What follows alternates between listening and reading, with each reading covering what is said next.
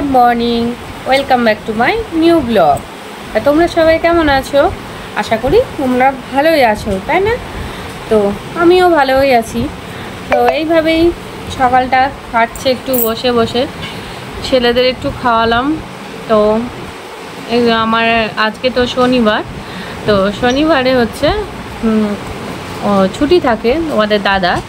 তো ও হচ্ছে একটু গেছে হসপিটালে, আমার যে পিসি শাশুড়ি, ওনার একটু শরীর খারাপ, তো হচ্ছে ও গেছে হচ্ছে হসপিটালে।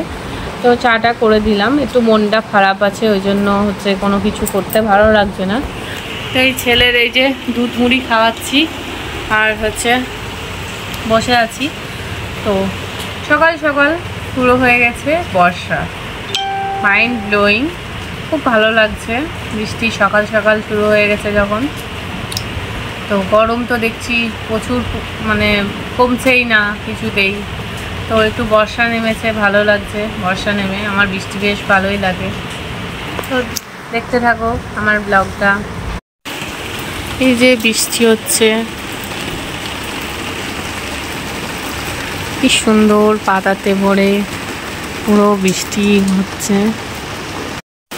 বৃষ্টি পড়ে টুপুর টাপুর নদী এলো বান, শিব ঠাকুরের বিয়ে হবে তিন কন্যা দান। তো দেখো অলরেডি বৃষ্টি বর্ষা নেমে গেছে, একটু গরমের হাত থেকে আমরা রেহাই পেলাম। কি তোমাদেরও বৃষ্টি ভালো লাগে কি? আমার তো বৃষ্টি বেশ ভালোই লাগে, কারণ এই জন্যই যে ওয়েদারটা বেশ ঠান্ডা থাকে, ঠান্ডাটা ভালো হচ্ছে, ঘামবো না, কাজ করতে সুবিধা, খুবই ভালো লাগে ওই জন্য। আর হচ্ছে শীতকালও ভালো লাগে, কিন্তু শীতকালে একটাই এই শীতকালে প্রবলেম হচ্ছে স্কিন একটু ড্রাই হয়ে যায় আর অনেক কিছু ইউজ করা লাগে, এটাই হচ্ছে সব থেকে মেন প্রবলেম শীতকালে। বাদ বাকি বেশ ভালোই লাগে আমার শীতকাল, বেশ কম্বলের তলায় পুরো জাস্ট মাইন্ড ব্লোয়িং ভালো লাগে ওয়েদারটা। আমার গরমকালটা ভীষণ বিরক্ত লাগে, এত গরম সহ্য করতে পারি না। এই দেখো আমার মাংকি, কিছু বলবে? বলো, হাই বলো একটু। দেখো দেখো মাংকি কোথায় উঠছে, দেখো একদম পুরো মাংকি, তাছাড়া আর কিছুই না, প্রচণ্ড বদমাইশ।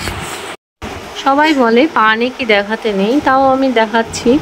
এই যে দেখো পায়ে একটু সুন্দর করে নেল পালিশ করেছি। আর এই হচ্ছে আংটিটা হচ্ছে আমার শ্বশুর মশাই দিয়েছে, তাই তোমাদের দেখালাম।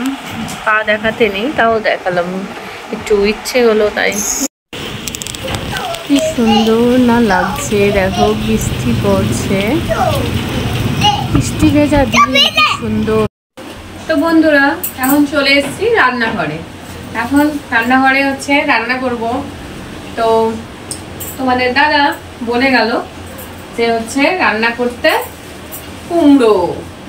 তো এই কুমড়ো দিয়ে, আলু দিয়ে, আর এই যে কাঁঠালের বীজগুলো যেগুলো শুকিয়েছিলাম, তো এই কাঁঠালের বীজগুলো দিয়ে আর এই কুমড়ো দিয়ে আর বড়ি দিয়ে একটা তরকারি হবে, আর হবে ডাল, আর হবে ডিম ভাজা।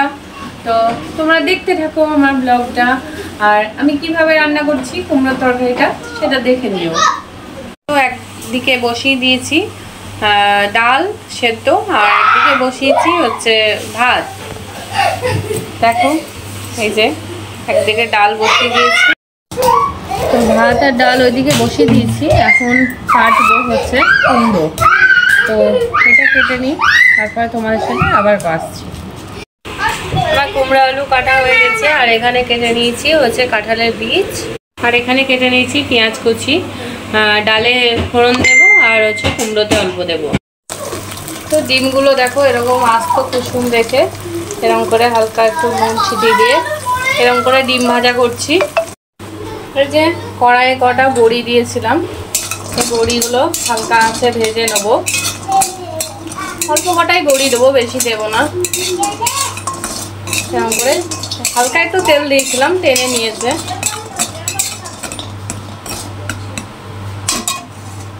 তো রসুনগুলো এরকম করে হালকা এরকম করে থেতো করে নিচ্ছি। কড়াই সাদা তেল দিয়ে দিয়েছিলাম, আর এখানে দিয়ে দিয়েছি পাঁচফোড়ন। এখানে দিয়ে দিয়েছি পেঁয়াজ কুচি,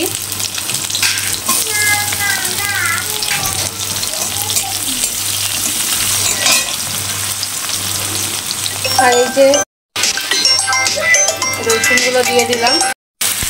তো দেখো কুমড়ো দিয়ে দিয়েছিলাম এর মধ্যে। কুমড়ো আলুটা এরকম করে তেলে ভালো করে কষাতে থাকবো। তো দেখো কাঁঠালের বীজগুলো এখানে দিয়ে দিয়েছি এর মধ্যে, তো ভালো করে নাড়তে থাকি। তো এবার জল ঢালবো, এর মধ্যে জল ঢালবো সেদ্ধ করতে দেওয়ার জন্য, সেদ্ধ হয়ে যাক। তারপরে আমি বড়িগুলো লাস্টে ঢেলে দেবো। এখন সেদ্ধ হোক ভালো করে। তো এর মধ্যে দেখো বড়িগুলো দিয়ে দিয়েছি, আর দেবো এই যে জিরে গুঁড়ো, একটু জিরে গুঁড়ো দিলাম। আর দেবো এই যে জিরে গুঁড়ো, সরি ওটা ধনে গুঁড়ো ছিল, আর বলতে ভুলে হচ্ছে ওটা ধনে গুঁড়ো আর এইটা হচ্ছে জিরে গুঁড়ো। যা এতটা রান্না করার পর আমি তো ভুলেই গেছি লঙ্কা দিতে, কাঁচা লঙ্কা দিতেই ভুলে গেছি। যা এতে কাঁচা লঙ্কা দিলে ভালো হয় গাইস, কিন্তু কি করব বলো এখন তাহলে আমাকে শুকনো লঙ্কার গুঁড়োই দিতে হবে, কিছু করার নেই। তো ঠিক আছে তাই দিয়ে আর কি করব। দেখো এতে শুকনো লঙ্কার গুঁড়ো অল্প একটু দিয়ে দিলাম, যেহেতু একটু ঝাল হলে ভালো লাগবে। তো এবার নাড়বো আমি, শুধু ধোঁয়া উঠছে ওই জন্য ক্যামেরাতে অন্ধকার অন্ধকার হয়ে যাচ্ছে। তো ঝোল আরও কমাবো আমি, জাস্ট হচ্ছে এই বড়িটা দেওয়ার জন্য, বড়িতে টানবে ওই জন্য বড়িগুলো দিয়ে দিলাম আর ওই মশলাটা দিয়ে দিলাম। তো কাজের ফাঁকে আবার নিজের একটু চর্চা করতে চলে এসেছি। আবার আজকে লাগাবো সেই জেল। তো জেলটা লাগিয়ে একটু ভালো লেগেছিলো। তো একদিনেই তো সব কিছু হয় না, তাহলে আর মানুষ তো একদিন ইউজ করেই হয়ে যেত। তো আমি এরকম করে মেখে নিই জেলটা।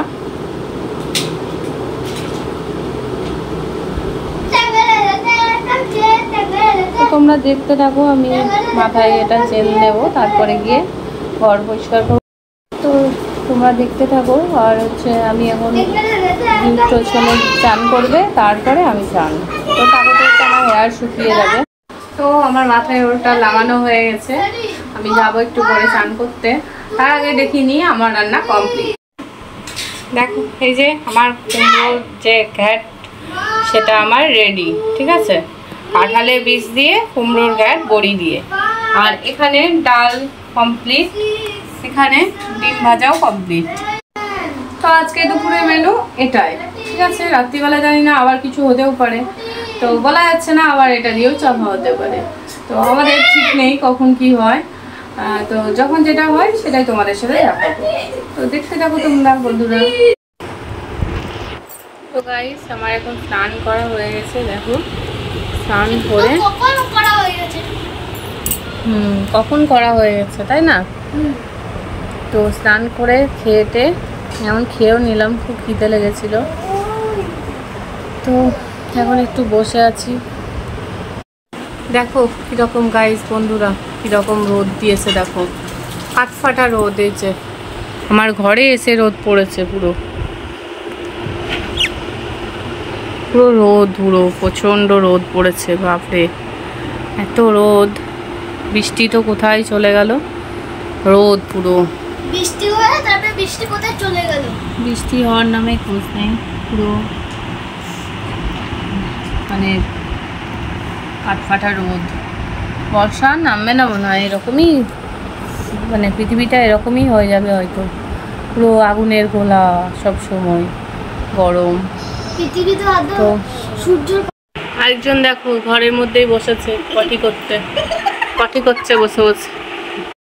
কি করবে ঘরে